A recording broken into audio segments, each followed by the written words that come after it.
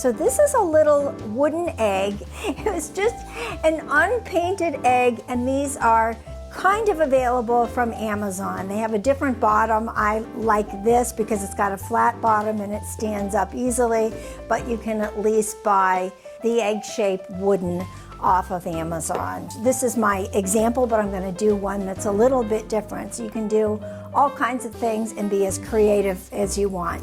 But this little guy, we painted him, we've got trim, and we painted his inside, and then we've got this adorable little chocolate bunny on the inside. So this makes a great little favor gift or a tabletop gift. You can do all kinds of things. So we've trimmed this and then put one of these little tassels on top, and he just becomes this elegant little beauty. So today we're going to start with our natural raw wood egg, and we're going to paint him. In this case, we're going to use pink. So we're going to do this guy a fun Easter pink, and we're just going to paint his outside. And I found that I needed several layers of paint. It kind of absorbs right into the wood, so it takes several coats. But so he's basically going to be a pretty pink color on the outside.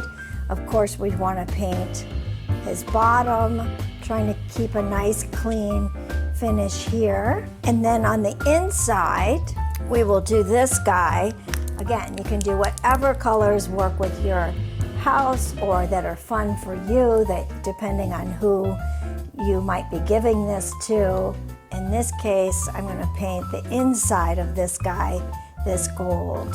And again, it's going to take 2 to 3 layers to get a nice little finish. And you're probably going to need a tiny brush to do along this little detailed area. Okay, so the next stage on our painted egg, and this guy could actually use another coat of paint, but for the sake of our episode and to show you what's next, we're going to skip that. So it's not going to look quite as good as it would.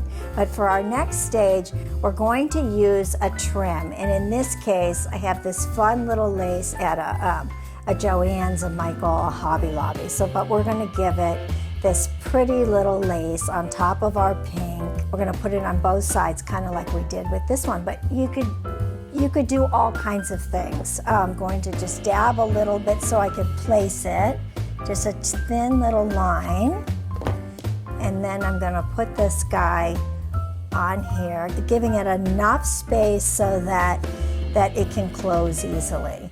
But so we just do a nice little clean edge and little teeny dabs of glue to hold it in place all the way around. He just looks so fresh and Easterish. So there are all kinds of things that you could do. I have little tiny velvet ribbons. I have this is a little lace, almost like a little seam binding that you would get in the sewing section of your craft store.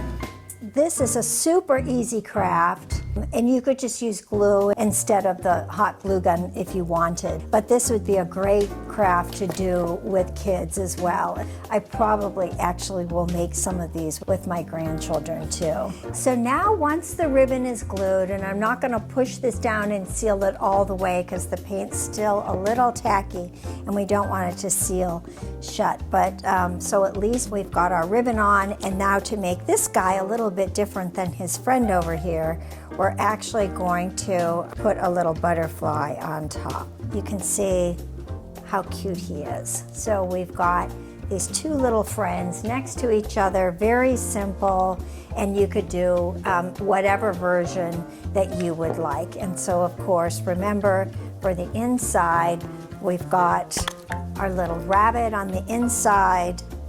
You could put a jelly bean, you could put a couple, you could put some other little treat. But it's kind of super fun, little surprise on the inside.